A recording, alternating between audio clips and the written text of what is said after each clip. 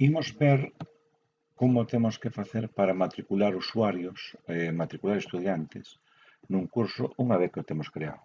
Imaginemos que queremos matricular ao alumnado de sexto A neste curso de música. O primeiro que temos que facer é, aquí arriba, ir a participantes e podemos observar que non temos a ningún participantes, cero participantes. Bueno, pois para matricularos, aquí á dereita, neste engranaxe, prememos en usuarios matriculados.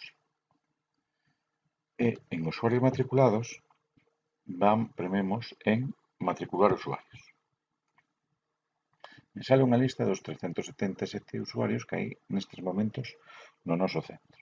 Ben, como me sería moi latoso ir buscando un a un e pasando follas, por defecto, cando os matriculamos desde Xade, a todo o alumnado de primaria lle asignou 3 letras, que son PRI, P-R-I, PRI de primaria.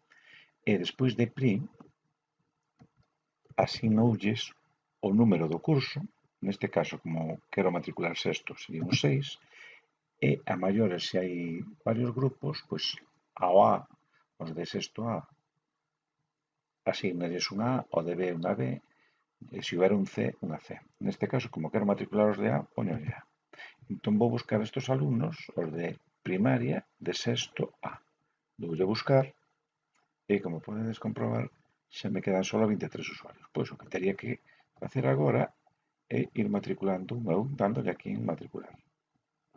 Teria que facer isto con todos os usuarios, pero un a un.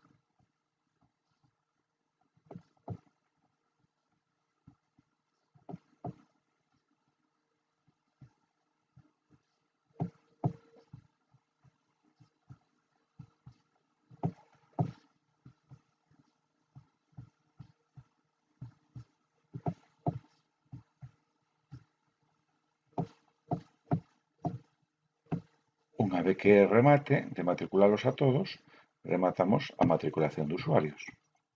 E xa me aparecerán os 23 usuarios matriculados no meu curso. Se os quero, podo ordenalos premendo un apellido polo seu apellido, podo ordenalos tamén polo nome, podo ordenalos polo enderezo, polo último acceso, que a veces non é interesante para saber cuánto tempo levan sin entrar no curso. Vale. Se algún usuario estuvera mal matriculado, pois non tería que ver que vir aquí á dereita, nesta papelerilla, nesta papelera, pois o eliminaría. Vale. Tería que repetir esta opción igual para todos os cursos. Se quixera matricular os de sexto B, pois no curso de sexto B, pois tería que facer o mesmo. Espero que vos fose de utilidade.